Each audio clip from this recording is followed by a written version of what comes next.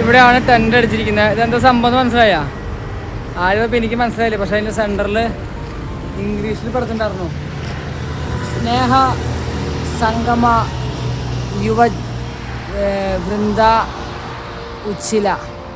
അർത്ഥം എനിക്ക് മനസ്സിലായില്ല. എന്തോ ക്ലബ്ബാണ് കേട്ടത്. 1988 ക്ലബ്ബാണ്. ഇപ്പോൾ പുതുക്കി പണിത് സെറ്റപ്പാക്കിയിട്ടുള്ളതാണ് കേട്ടോ.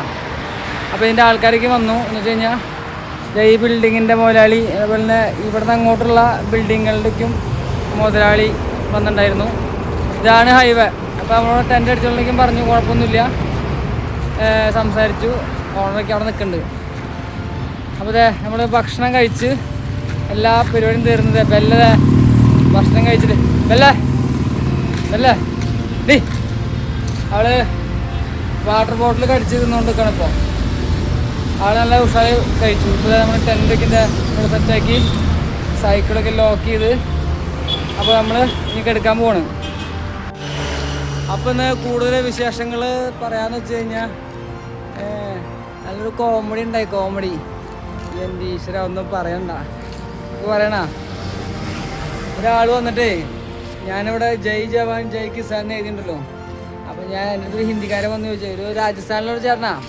ആൾ ചോദിച്ചു യൂട്യൂബ് ചാനലിൻ്റെ പേര് പറയാൻ പറ്റും. അപ്പോൾ ഞാൻ ബാക്കിൽ ബോർഡുണ്ട്, അതിൽ നോക്കിക്കോളാൻ പറഞ്ഞു. അപ്പം ഞാൻ അവിടെ ചായ കുടിക്കുക. ആൾ വന്നു. ഞാൻ നോക്കുമ്പോൾ മുമ്പിൽ വന്നിട്ട് ജയ് ജവാൻ ജയ് കിസാൻ്റെ സംഭവത്തിനാണെന്നിട്ട് മൊബൈൽ നോക്കുന്നുണ്ട്, ടൈപ്പ് ചെയ്യുന്നുണ്ട്. ഒരു 5 മിനിറ്റ് എന്ന് പറഞ്ഞേ, നിങ്ങളുടെ പേരടിച്ചിട്ട് യൂട്യൂബിലൊന്നും കാണാനില്ല. ഞാൻ നോക്കുമ്പോൾ യൂട്യൂബിൻ്റെ സെർച്ചിൽ ആൾ കൊടുത്തേക്കണതേ Jai Jawan Jai Kisan the journey to my dream. ഈ ഒരു സംഭവം മൊത്തത്തിൽ ടൈപ്പ് ചെയ്തേക്കണു. അപ്പോൾ ആളുടെ ബുദ്ധി ഒന്ന് മനസ്സിലാക്കണേ. യൂട്യൂബ് ചാനലിൻ്റെ പേര് നോക്കിയപ്പോൾ അടിച്ചേക്കുന്നത് ജയ് ജവാൻ ജയ് കിസാന്നേ.